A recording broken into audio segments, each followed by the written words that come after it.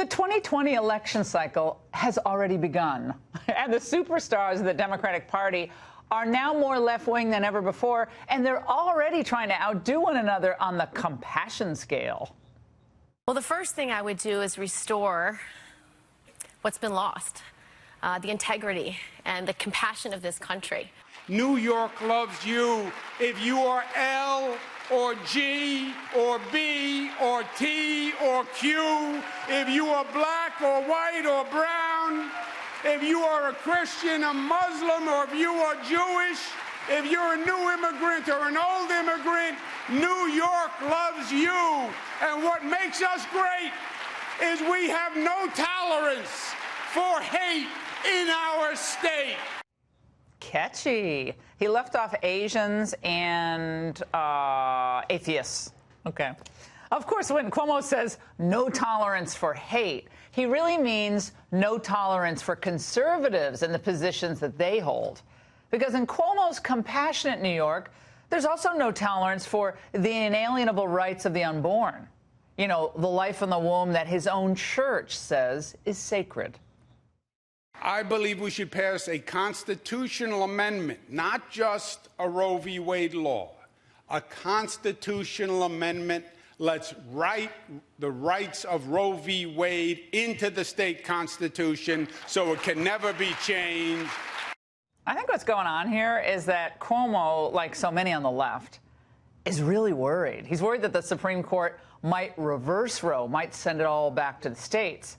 And he also has to know that public opinion is shifting a bit toward the more pro-life position.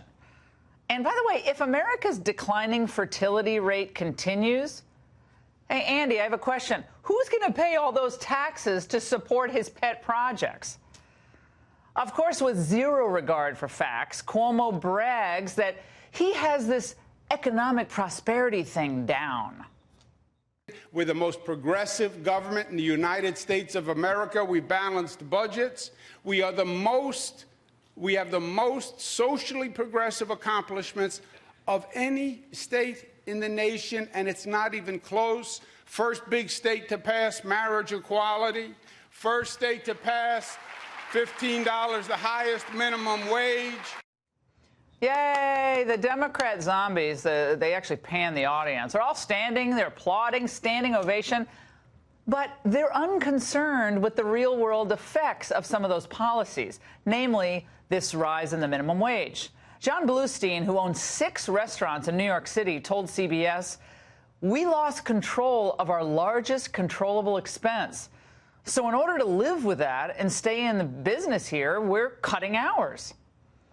Well, this is the 3rd wage hike in New York since 2016. So who does that really help? Well, certainly not the restaurants, not the workers getting the hours cut, and not the patrons. A New York City Hospitality Alliance survey of 574 restaurants found that 75% of full-service restaurants plan to cut employee hours this year due to that minimum wage hike. But that's not all. 47% say they will cut jobs in 2019. And 87% say they're going to raise menu prices. We went out to dinner last night in New York. It was pretty expensive already. Well, this is the opposite, my friends, of compassion. And this brings us to the freshest of congressional freshmen. Fresh people, what can we say now? Alexandria Ocasio-Cortez, who happily refers to herself as both a socialist and a radical. Now, by the way, I think it's a mistake for conservatives not to take her seriously, to brush her off as kind of a flash in the pan or an upstart. She's as close to a thought leader that the Democratic Party has today, and she has a massive social media following. She's both charismatic, and she's committed to transforming both our economic system and our culture. First, she aims to create a socialist economic system with sky-high marginal tax rates. You know, you look at our tax rates back in the 60s, and when you have a progressive tax rate system, your tax rate, you know, let's say from $0 to $75,000 may be 10% or 15%, et cetera. But once you get to like the tippy tops, on your $10 millionth dollar, sometimes you see tax rates as high as 60 or 70% It doesn't mean all $10 million are taxed at an extremely high rate, but it means that as you climb up this ladder, you should be contributing more. Well, it doesn't stop there. If we get people to pay their fair share, that's $2 trillion in 10 years. Now, if we implement a carbon tax on top of that, so that we can transition and financially incentivize people away from fossil fuels. If we implement a carbon tax, that's an additional amount of a large amount of revenue that we can have. Trevor Noah's eyes are glazing over. How does any of this add up? Okay, it doesn't. But on the cultural side, she and others like her intend to use the government and their positions of influence now to mandate campus-style political correctness. What do I mean by that? Well, anyone who dares question this progressive agenda is not just wrong, but they're downright evil. So there's no room for debate, only demonization. In a recent tweet, she asserts many have recognized that Fox News has crossed the line beyond conservatism into outright bigotry with their financing of Tucker Carlson and Laura Ingraham. Well, you see, my friends, this isn't your daddy's liberalism, where it was all about love and peace and live and let live. This is kind of the old-school New England Puritanism with a radical twist. They're going to whip up their followers to try to intimidate and silence anyone who gets in their way. Now, she's only been on the job for like 6 days, but she's already practicing Saul Alinsky's rules for radicals. Rule 13, pick the target, freeze it, personalize it, and polarize it. Cut off the support network and isolate the target from sympathy. Go after people and not institutions. People hurt faster than institutions. So rather than debating the merit of policies, these new left-wing progressive Puritans aim to shame. A wall is racist, so people who want a wall are racist. End of story. A wall is an immorality. It's not who we are as a nation. It's a wall between reality and his constituents, his supporters. Now, all of you who are doing better in the Trump economy, you should know this. They plan to take your money away and redistribute it to, wherever their pet causes are. And to all of our libertarian friends who believe that Trump is the big threat to the free market because of tariffs and so forth, open your eyes. These people, including Nancy Pelosi, who herself has moved to the left, they're going to take it all away.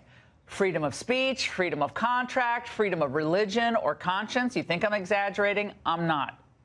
Because when you say the wrong thing in Ocasio-Cortez world, they put you in detention hall and you never get out. Remember, they believe that they're right and you're evil. And moderates even seem petrified of taking on these new progressives. This was former SEC Chair Richard Breeden today on CNBC. Alexandria Ocasio-Cortez joining the House Financial Services Committee, led by Maxine Waters. What's that going to look like for the industry? Well, maybe she'll learn something. Are you questioning some of her economic ideas that she's put out there? I've never seen any historic evidence that 70% tax rates facilitate GDP growth. Perhaps. We'll discover something. Oh, my God. I'm watching this morning going, is that all you have, Richard? That's a really powerful refutation, real strong defense of the free market and capitalism.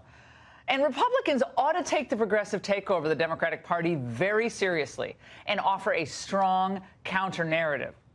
If you want to know what it looks like to be a conservative and perpetually in the fetal position, worried about being branded racist or evil, well, look no further than Theresa May. Okay, didn't work out so well for her to be on her heels. Now, Trump is the opposite. He fights. He fights for law and order. He fights for sovereignty. He fights for judges who apply the law and don't rewrite it. And he fights for a stronger economy. So after 2 years of President Trump, we have higher wages. We have 500,000 new manufacturing jobs. We have the strongest GDP growth among all the G7 nations. But the progressives, they don't care. Because if enacting their green contract with America requires your standard of living to go down, tough cookies. These people are fanatics. and they're running for president. But are you considering running for president? I'm focused on my job. But listen, right now, our party is going through a serious debate. And there's still a lot of moderate voices in the party that did not learn the lessons of 2016 and are not listening to what people need in this country. So I want to push this whole party. We could go a lot farther. We could be a lot bolder than what we're doing now. So you ruling it out? I never rule things out. Well, watch your wallet. And what are the progressives actually learning themselves? Moderates aren't learning. What are the progressives learning? Well, not much. Americans are fleeing the most progressive states in America due to high costs and high taxes. No wonder they're welcoming illegal immigrants in New York and California. They need the citizens coming in. All the other citizens are leaving. Are Americans really ready to be ruled by the values and policies of progressives in New York and California? Let's hope not. And that's the angle.